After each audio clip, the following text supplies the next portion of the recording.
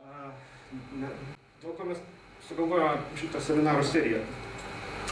Esu gavęs nemažai klausimų, kurių tipiškas yra toks, kad kažkoks investuotojas yra jau perskaitęs nemažai straipsnių apie techninę analizę, tačiau tose straipsniuose ir knygose jisai rado, kad teorija vos neprieštarauja viena kitai. Tai yra, pagal vieną teoriją lygtai reikėtų pirkti, pagal kitą teoriją lygtai reikėtų parduoti ir pasimetimas, neaiškumas ir taip toliau.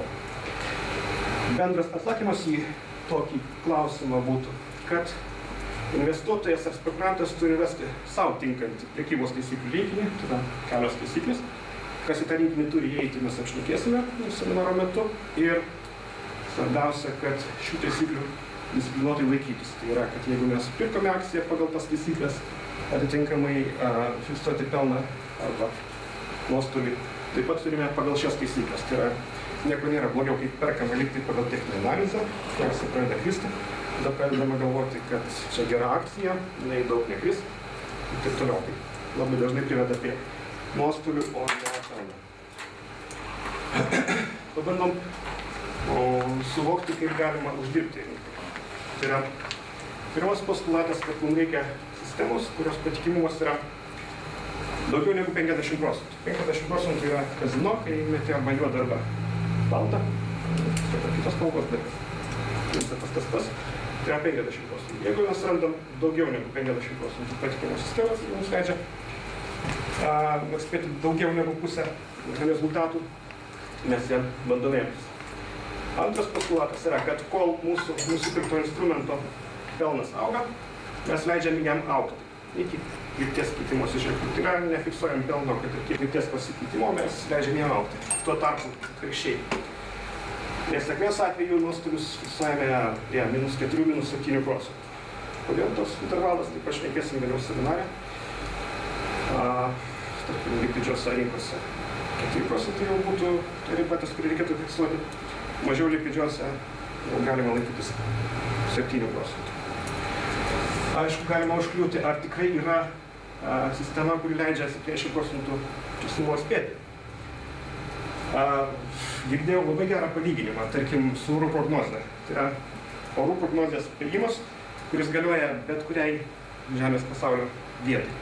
Tai yra, jeigu pasižiūrim, kad šiandien, tarkim, yra lietinga diena ir sakom, kad sekanti diena taip pat yra lietinga. Tai yra, sakom, kad kita diena bus lygiai tokia pati kaip dabar.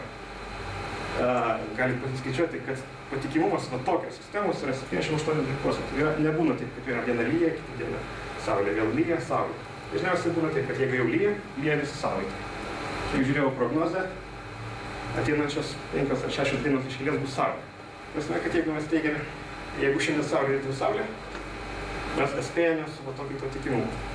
Jeigu, tarkim, paimtume kokią Kaliforniją, tai patikimumas turbūt dar didesnis būtų. Lengva atspėti, tačiau vien iš orų prognozės neuždirbsim. Tiesiog reikia sistemos, kuri leidžia ir uždirbti.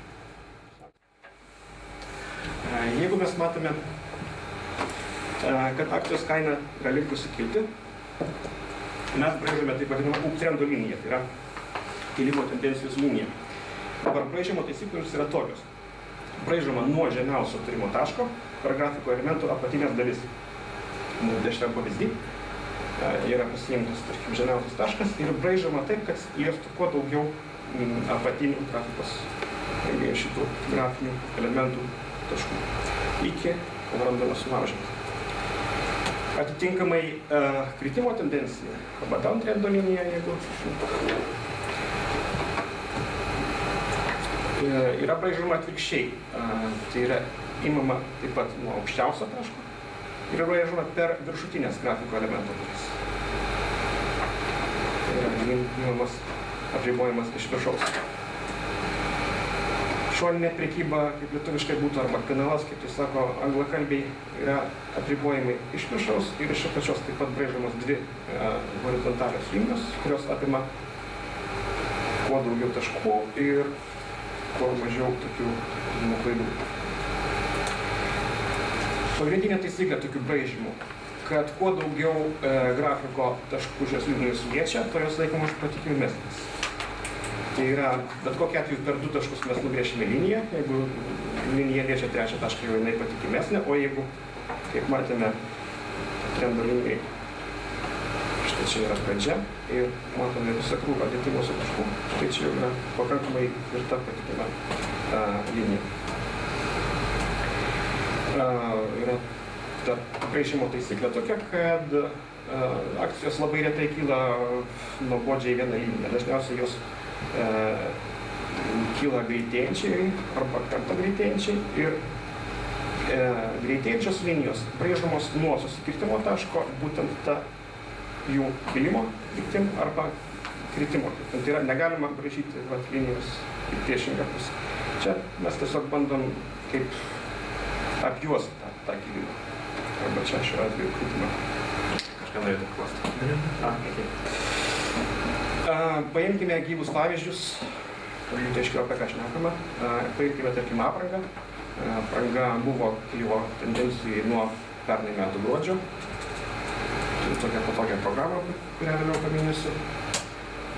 Paimame aprangą, paimame nuo galima buvo nušvilinti, bet tarkim paimsime nuo gruodžio. Štai turime liniją, štai turime vieną susikirtimo tašką, antrą, čia turime krūvą lietimus taškų ir turime šitos linijos laužimo tašką. Tai pamankyti, bet kokia atveju mes matome, kad yra pakankamai stipri linija, pakankamai daug lietimus taškų. Idealių atveju nebūna, galimi šiokios tokios paklaidos, ypač jeigu tai yra tie šešėliai arba spygliai, kaip juos galima toleruoti, tačiau jų turi būti ne per daug. Iškart tai kila klausimas, kodėl mes taip įdomiai braižėme. Tai yra kokia iš to nauda. O tą naudą aš kaip tik ir noriu parodyti. Tai yra, paimsime netgi santykinai lėtai judančią akciją, tai yra Lietuvos Telekomas, tai yra didelės kapitalizacijos įmonė. Juda tikrai ne taip, kaip mėgdavo judėti Lifos apie 15% per dieną. 1-2% per dieną jau yra pakankamai nemažai. Tačiau, puikiai tik pailiustruoti. Tarkim, paimkime Telekomą, mano mėgimo periodą nuo 7 balandžio. Aš nesu pasižymėjęs. Čia noriu pasakyti daug pataiklumų. Čia buvo dividendų išmokėjimas. Tiesiog reikėtų tą grafiką, taip vadinamai adjustinti, tai yra prislinkti prie viršaus, bet prislinkus mes iš esmės gautume tą patį. Taigi, braižom pagal taisyklės. Mes braižome nuo aukščiausios turimos vietos, kiek čia 5 laipsnių žemyn linija. Tai buvo mūsų downtrendas. Dabar toliau matome šiokį tokį uptrendą. Vėl nuo šitos vietos mes braižome downtrendą. Tada kilimo tendencija į viršų. Šiek tiek greitėjantį, vėl šitas vietas braižome kritimą, braižome kilimą, braižome kritimą, ir tam taip toliau. Dabar, jeigu mes esame prekiautojai ir jeigu mes būtume čia, aš pažiūrėjau, pirkę šitą vietą, pelną fiksuoti, būtų reikėjo labai greitai. Tačiau, jeigu mes būtume pirkę šitą vietą, išlaikė iki čia, mes jau būtume pasiėmę solidesnį planą. Atitinkamai, jeigu čia mes pardavėm, laukiam, kol akciją downtrendė neperkam, čia nusipirko, čia pardavėm. Štai ką mes turime. Čia šioks toks pelnas, čia sėdėjom laukiam, čia pirkam, čia šioks toks pelnas, jau pakankamai nemažas, sakyčiau, čia jau 10% gautųsi. Vėl sėdėjom laukiam, vėl perkam, čia pasimo kažkur 5% ir taip toliau. Parodžiau, kaip tendencijos linijų pagalba galima tą